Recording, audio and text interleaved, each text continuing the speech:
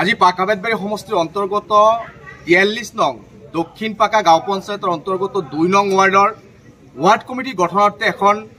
সভা আছিল। এই সভাখনত প্ৰায় 100তকৈ অধিক এই ৱাৰ্ডৰ বিভিন্ন পৰ্যায়ৰ সমাজ সচেতক বিভিন্ন দলৰ কৰ্মীসকলে কংগ্ৰেছ, ইউডিএফ, এজিপি তিনিওটা দলৰ কৰ্মীসকলে স্বতঃস্ফূৰ্তভাৱে ৰাইজৰ দলৰ নীতি আদৰ্শৰ প্ৰতি আকৃষ্ট হৈ আজি শক্তিশালী এক ৰাইজৰ দলৰ ৱাৰ্ড কমিটি গঠন কৰা হয় আৰু তেওঁলোকে যোগদান কৰি তেওঁলোকে আজিৰ দিনতেই এক সংকল্প গ্ৰহণ কৰিছে যে এই জিপিখনত সংগঠিত হোৱা দুৰ্নীতিৰ বিৰুদ্ধে তেওঁলোকে মাত মাতিব আৰু অহা পঞ্চায়ত নিৰ্বাচনত এই ৱাৰ্ডৰ পৰা আৰম্ভ কৰি এই জিপিখনত ৰাইজৰ দলৰ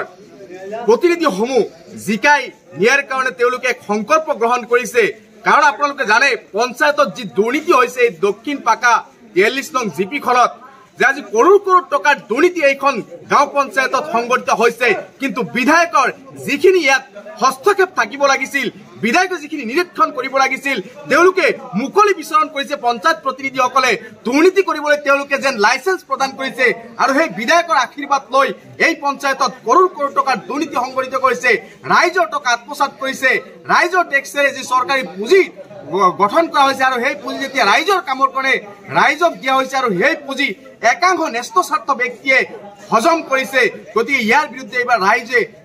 মাৰ বান্ধি থিয় হৈছে আৰু ৰাইজৰ দলত শ লোকে যোগদান কৰিছে। অনাগত ভৱিষ্যতে ৰাইজৰ দলত আৰু যোগদান কৰাৰ তেওঁলোকে প্ৰতিশ্ৰুতি প্ৰদান কৰিছে। অতি শীঘ্ৰে এই 43 নং জিপি কমিটি গঠন কৰা হ'ব আৰু প্ৰতিটো ৱাৰ্ড কমিটি গঠন কৰা হ'ব। এক পৰিৱৰ্তনকামী জনতা ওলাই আহিছে আৰু এইবাৰ নিশ্চিতভাৱে পঞ্চায়তৰ পৰা আৰম্ভ কৰি অহা 26 চনৰ যি বিধানসভা নিৰ্বাচনত পৰিৱৰ্তন নিশ্চিতভাৱে হ'ব আৰু ৰাইজৰ দলৰ সাংগঠনিক কাম কাজ ইতিমধ্যে পাকাবেতবাৰী সমষ্টিত আৰম্ভ হৈছে আৰু এই কাম তীব্ৰ গতিত অনাগত দিনত চলি থাকিব। এতিয়া মাথো বিচাৰিছো ৰাইজৰ সহায় সহযোগিতা,